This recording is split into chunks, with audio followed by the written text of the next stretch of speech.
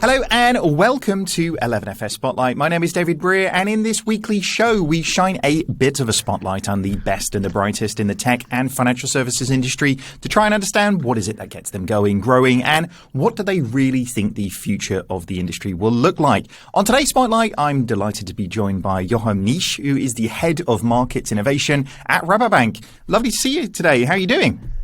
Great. Thank you, David. Yeah, it's an honor to be here and very much looking forward to our conversation today.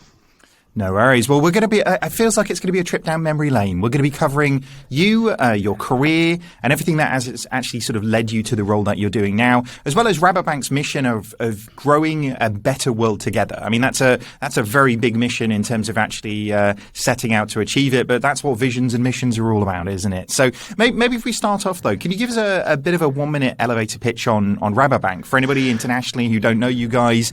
Where's the organization come from, and what are you guys doing? Sure, no problem. Rabobank is a global bank. Size is around 650 billion of assets.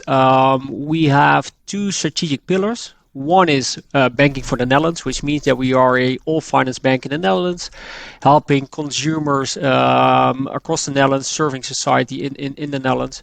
The other big strategic pillar is banking for food, which means that globally we serve all food and agri sectors.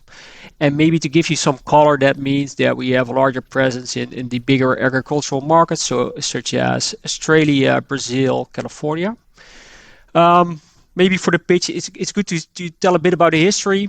We started as a cooperative, which means that a century ago we started providing loans to farmers, serving the society around them, improving their standard of living. And that element comes back in the mission that we have today, which you already mentioned, which is growing a better world together. To wrap up the pitch, it's a great employer to work for. And maybe one of the examples that we're really proud of is that we have been ranked as the number one sustainable, diversified bank by Sustainalytics. So that means that on the ESG front, we are doing a great job and also trying to put that mission into practice. It's great. I mean, it's amazing. There's so many organizations who talk about, being purpose driven. But it's not about what you say you do, it's about what you do. And you guys really sort of put that into practice, which is, and not only, in local geographies, but globally as well. I've read some pretty impressive statistics in the past about the numbers of pounds or dollars that you guys touch that are in agriculture. And it is amazing the scale that you guys, the impact that you have on a global basis, isn't it? But maybe we'll come back to Rabobank in a second in terms of actually what you guys are doing and where you guys kind of want to go to next. But tell me a little bit more about your background then, your career. I mean, did you dream of working in financial services when you were a little boy? That's a very good question. So today I'm the head of markets innovation. So markets is the trading floor of the bank and the name of the global financial markets division. There we serve clients with the financing solutions, so the capital markets division, but also with risk management solutions. Well, when I was a little boy, I would like to be in a kind of course, to dream of a career where you really make an impact. And if you look at our trading floor, it's very professional, very fast-paced, very technical, but also at the heart of the financial industry. And that is also a place where you can really make a difference for our clients. So that is, I think, where kind of the little boy comes back to, which I really like. Maybe about the career, I had the opportunity to set up the innovation team here on the trading floor, which means that basically 70 to 80% of our time we focus on developing new business models, 20 to 30% of our time focusing on data analytics and partnerships. That's amazing. And again, actually how you bring innovation into, areas of an industry that have sort of been the way that they've been for a really long period of time. Like that's a pretty difficult task, right? It is. And I think that what I like about being in this industry, and I think also if you look back, and also the number of fintechs and the number of startups that have been rising over the past couple of years, there has been a lot being done about change in this area, in this financial industries. But I think there are ample of opportunities that still remain untouched. great developments where you can apply technology to really kind of help clients in transitions, whether that's the application of blockchain, whether that's the application of, let's say, data analysis, but also really kind of new business models. There's so much to do, and I think that is interesting about my job, but interesting in general for people that work in the financial industries. Definitely. I often say, I mean, it's can you imagine doing this job sort of 50, 60 years ago? It would have been incredibly boring. We're so lucky to, really sort of be alive to do this now, aren't we, in terms of all the change that we're seeing. So, and it's easy, as I mean, that passion that comes through in terms of those things. It's easier to get out of bed to go and change the world for the better when you know actually it's possible within the era that we sort of operate in, isn't it? That's true. I think what you see is that if you look at, for instance, our mission of the bank, so it's what you also said in your introduction. It is ambitious. We know it. I know it, but we really try to make a difference. And if you look at let's say the opportunities that you have today, based on technology, but also based on, for instance, strategic decisions that the bank makes to allocate resources to change projects, to digitalization, to innovation, and to really try to make a difference in the right way. So to help clients through transitions, that is unbelievable, and that is, I think, a great time to work in this industry, to work for this bank, but also to work, for instance, for fintechs and startups. Yeah.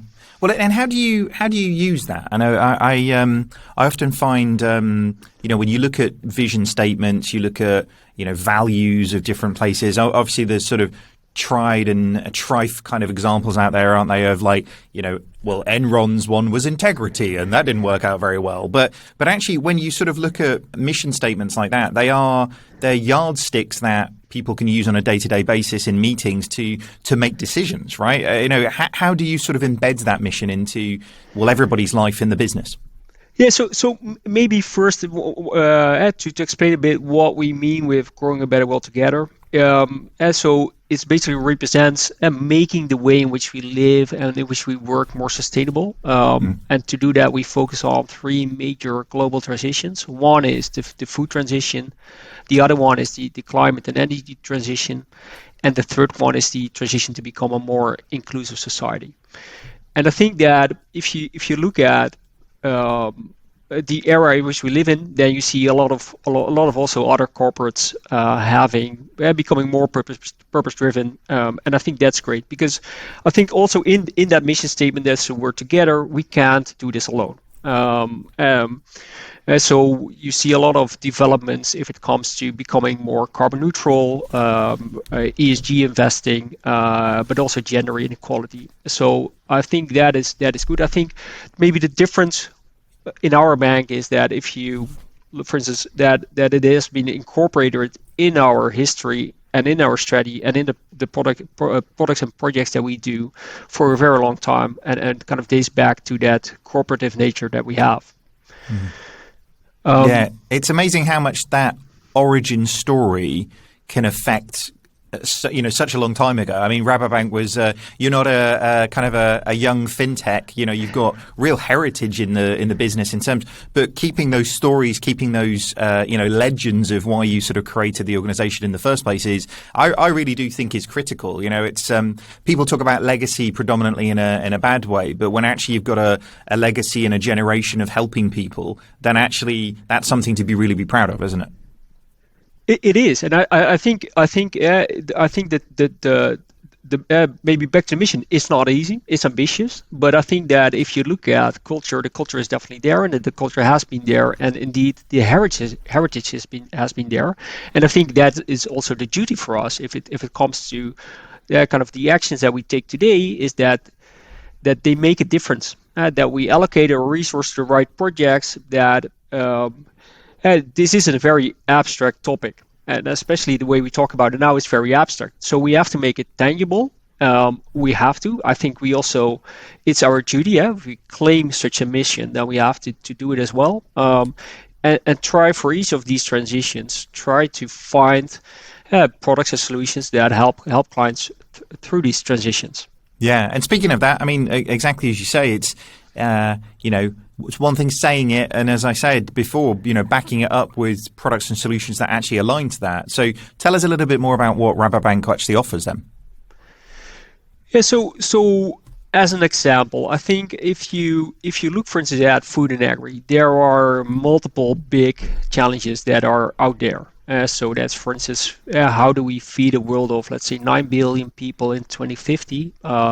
Another one is how do we help smallholder farmers, so the smaller farmers in, for instance, Africa, getting a sustainable income, biodiversity, carbon footprint. So there are a number of them. Maybe one of the examples is that if you look, for instance, at price volatility in food and agri value chains, that means that prices change, and typically, what you see basically two observations. There is price volatility basically shifts towards the smaller parts of the value chain, so the smaller clients out there, because bigger parties can simply pass it on. And secondly, is what we see is there are not a lot of solutions out there. As an example, if you are, if you allow me, if you are for instance, an almond farmer in California, and so you basically produce almonds and you sell them, and the price of the almonds drops, then basically then your income will drop, and that has a severe impact on that farmer. Almonds are not highly exchange traded. Typically, if they are exchange traded, then there would be all kinds of solutions out there because someone will be willing to pick up that risk from you, but there isn't. So that is one of those transitions we look at and where we want to structure solutions for. Yeah, and that sort of focus at the end consumer. It's. Again, this is a trait of really why fintechs globally are being successful. But this is you guys doing this at real scale, right? This isn't just, we sit internally to our organization, we think about products, we think about services, and we expose them.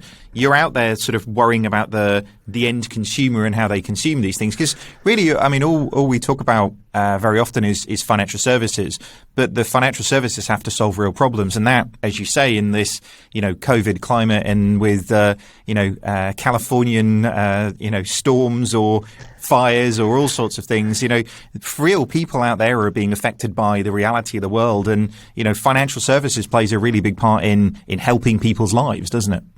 Yeah. So maybe even kind of so I really feel that is the responsibility to do so. And as an example, maybe to that Californian farmer in almonds, what we're now trying to do is provide them with an option. So basically, if the price drops and the farmer has bought an option below a certain price, we will pay out. So he basically secures a minimum income. That guarantees him, that also provides him with a more longer term horizon. And that is a product that wasn't out there. There are several parties trying to solve that, and it is simply not easy because you have to be able to assess the risk.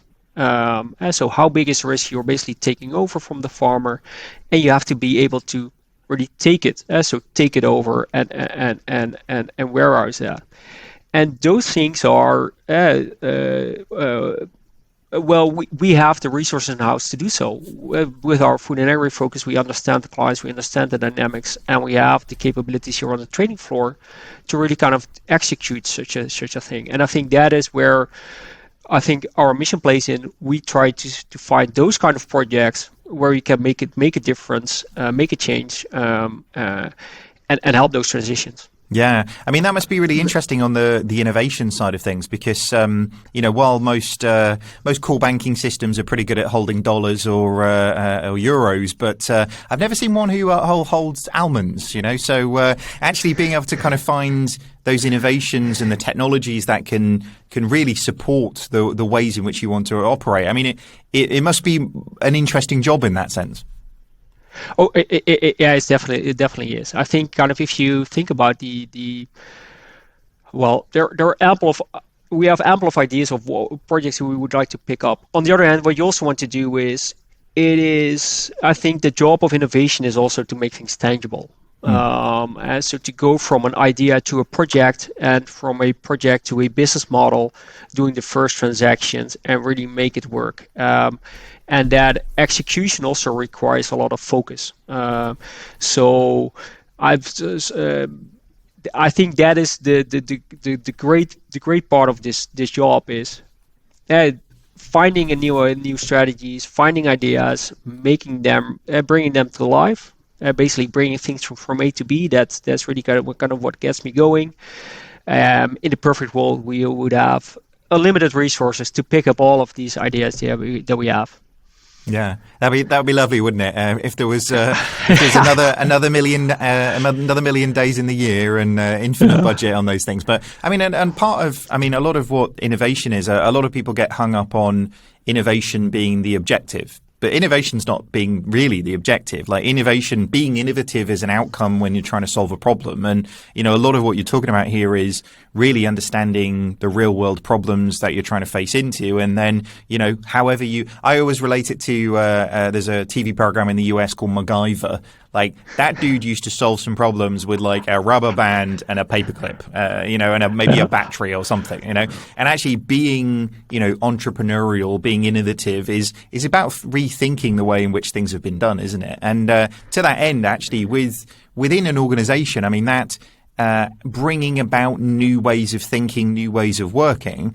I mean, that is it's cultural transformation and evolution of culture, isn't it? Without losing focus on that mission, that vision that you've sort of set out for. So how have you thought about that? How have you introduced new ideas into the floor where, things have been done in a very similar way before? And actually, what's the learning on that? Because it's it's no small feat, right? Bringing about change is always really hard. Yeah, it is. And I think that if you would decompose certain projects, then I think culture is a very, let's say, big topic and also a driver of success. If you can change it, you will be successful. If you can't change it, you will not be successful.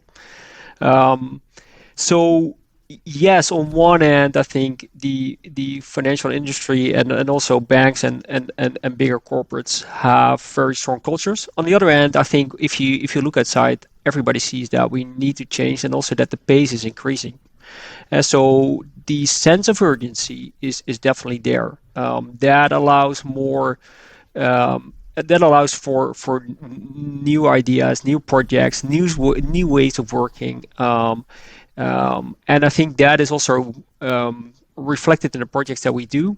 I think also there are also big benefits of working in a big organization, even when it comes to innovation. So whenever we start a project, I think we immediately can leverage the unique selling points of the bank. So we have access to clients, we have access to experts, we can use the balance sheet of the bank, and those are those, let's say, benefits definitely outweigh any of those challenges. But maybe back to your original question, yes, culture is of course cultural changes. I think the biggest challenge. But also, if you can tackle that, if you achieve that, then that's really an accelerator of change. Yeah, I mean, it's always such a difficult thing for organizations to tackle because it's like anything, right?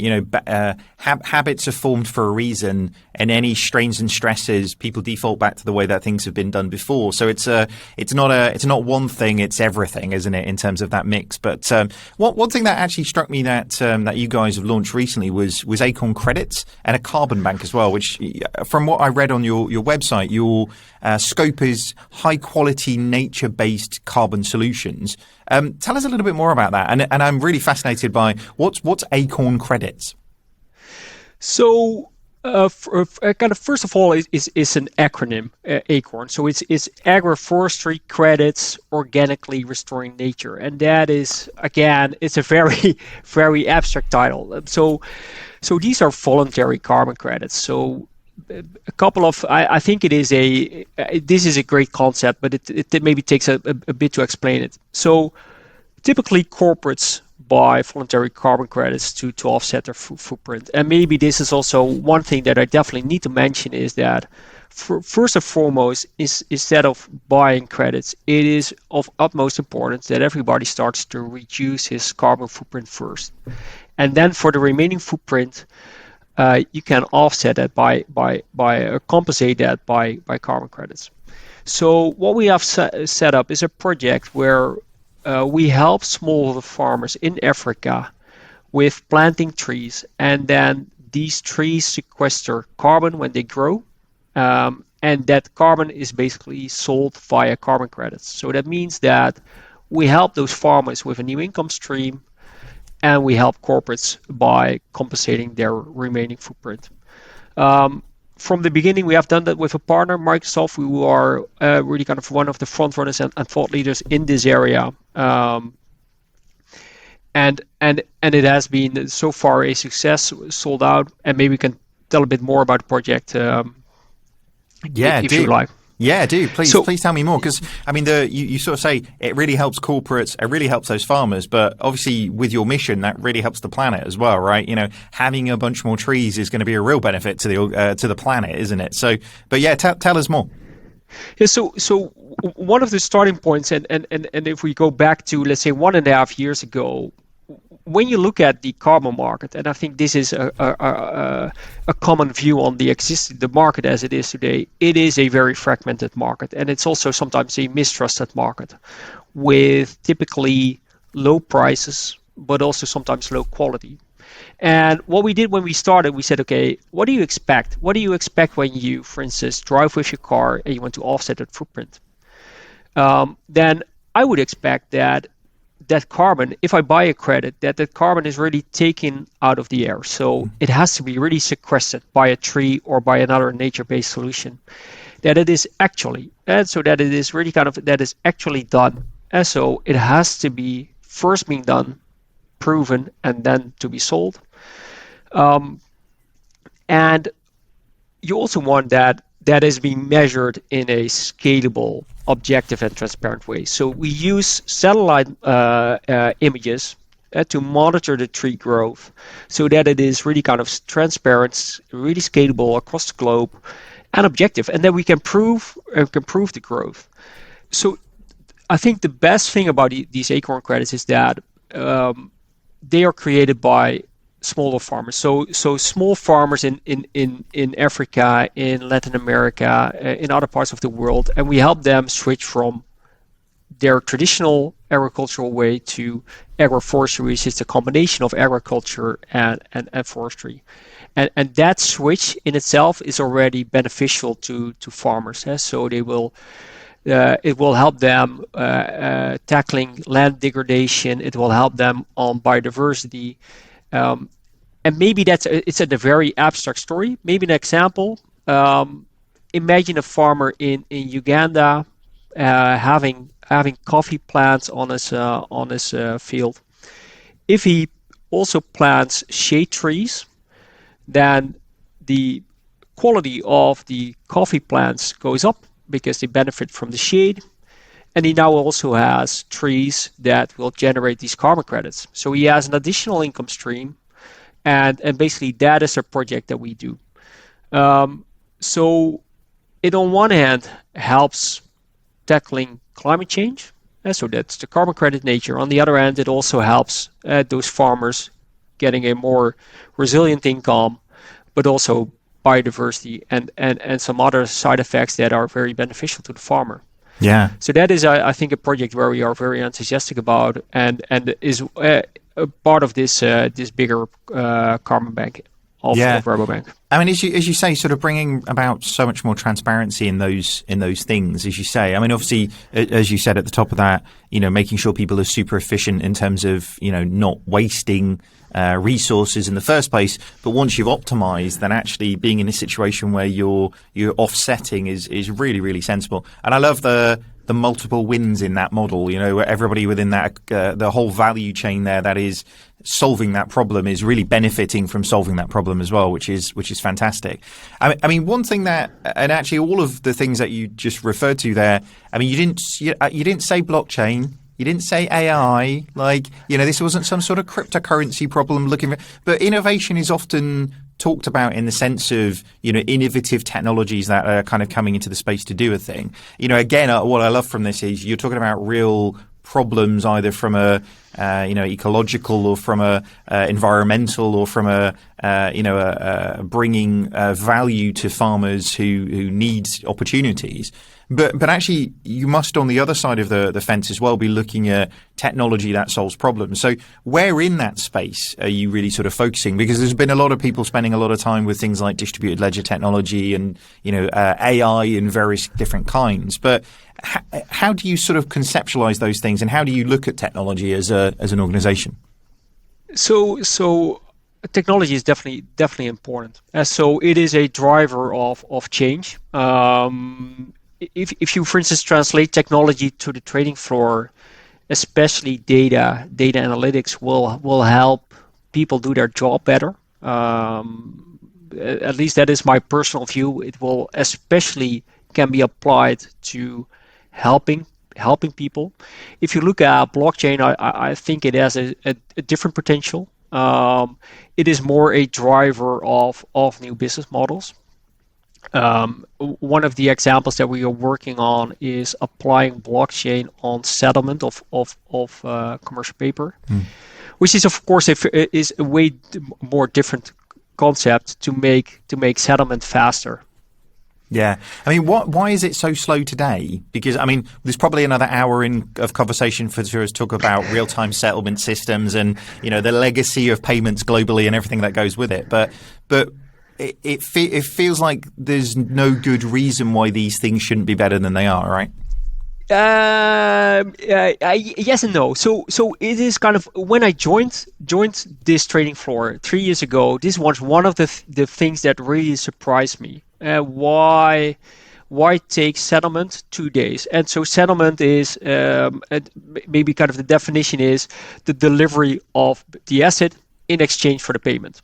And so if you would order something at Amazon, 2 days might be fine.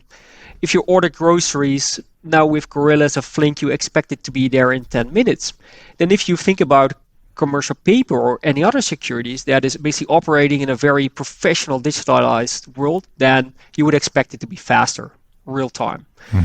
I think the reason for that is that if you look at the markets infrastructure, that a lot of the roles date back from the era in which still really kind of paper securities were being traded, and that evolved into a very professional environment, which is not easy to redesign. And now blockchain is slowly but gradually becoming a more accepted technology. It also opens up for new opportunity to redesign parts of it.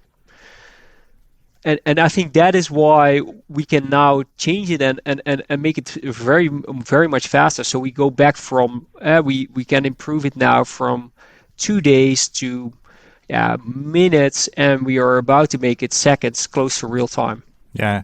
I mean, it's amazing, isn't it? We've talked about this a number of times on this show and every other sort of plinth that I can get to stand on from 11FS's perspective. But, the difference between the analog world and the digital world, and actually what we've seen in many, generations of change within financial services, that digitized landscape. These are very different things, aren't they? And actually, almost the previous form factor shouldn't be the starting point for really embracing what digital can do to every. We talk about the fabric of financial services. Every piece of that fabric is up for grabs, isn't it? It definitely is. It definitely is, and I think that's why it's so interesting to work in this industry at this moment. So I think a lot of projects have been started. A lot of parties are looking for opportunities. For instance, if you look at this settlement project, at the moment we're looking for a hybrid solution. So we only apply a blockchain to part of this. And we also use the traditional infrastructure. And that is, I think, a great solution because that has two big benefits. One is we can implement it today. And the other thing is that it also allows for our clients to use that solution in parallel to the existing world. But you can also kind of fast forward to the future, and then I can see that blockchain can also be wider applied to let's say the existing markets infrastructure, also to set up new marketplaces. It will also allow for new business models that maybe cannot use today's highly professional market infrastructure because basically it doesn't have enough scale, or it's basically from a cost benefits perspective not attractive. But I think there are so many opportunities, which is great and very entertaining. As we said earlier on, we're so lucky to work at this point in the industry, aren't we? I feel it would be very boring if we did this 100 years ago. But I'm sure they were very excited about credit cards in the way that we're really excited about distributed ledger technology. But anyway, we're rapidly running out of time. I'm afraid I could talk to you for days. But what we always like to sort of finish off with is asking you sort of one question, really a little bit more about yourself. And actually, that's always about what advice would you give your younger self? I mean, this can be banking related, fintech related, whatever, wash behind your ears more, like whatever you want to give your younger self. But what would be that one piece of advice you'd give your younger self? Yeah, I think it's one of the most interesting questions, and kind of what I've learned over the last couple of years is to be successful in basically in change projects, in innovation. You have to have complementary teams, people with complementary skills. So I think looking back at my own career is that the advice would be is that kind of you know your strengths, and you probably areas where you can develop, but if you can admit that to yourself, then you can find people around you that have those skills, and that you can put in the spotlight with those skills, and basically build complementary teams, which I think is crucial in especially in innovation, from getting strategy to real life projects. It's crucial that you find people around you that have the skills that you need, and especially when you don't have them yourself. So that would be the advice. Yeah, I mean, it's interesting, isn't it? The self-awareness that is required to understand what you're good at and what you're bad at, and bringing people around you or working in teams to complement those things and fill those gaps. Sometimes that just comes with experience, doesn't it? In terms of that. It's easy for me. I know I'm terrible at most things, so I know I need a lot of help. But it's an interesting one to sort of grow through that. And actually, yeah, if you could go back and change that, I'm sure it would be an interesting thing to do. As I said, I'm afraid we are running out of time, so we are going to have to sort of close the show. But where can people learn a little bit more about you and the great work you're doing at Rabobank? So I think the best source is our website, rabobank.com. And if you don't find the information that you want or want to get into contact, then send me a message over LinkedIn. Fantastic. All right, guys. Well, that's all the time that we have this week. Make sure you follow 11FS on LinkedIn, Twitter, and pretty much every social media channel at this stage. We're always up to all sorts of interesting things, and you'll probably find it quite interesting. And if you do enjoy this show, then subscribe to the 11FS YouTube channel, where you can find this show again, watch it again and again and again, but all the other previous episodes that we've done as well. Hope you enjoyed it. Have a great week, everybody. Goodbye.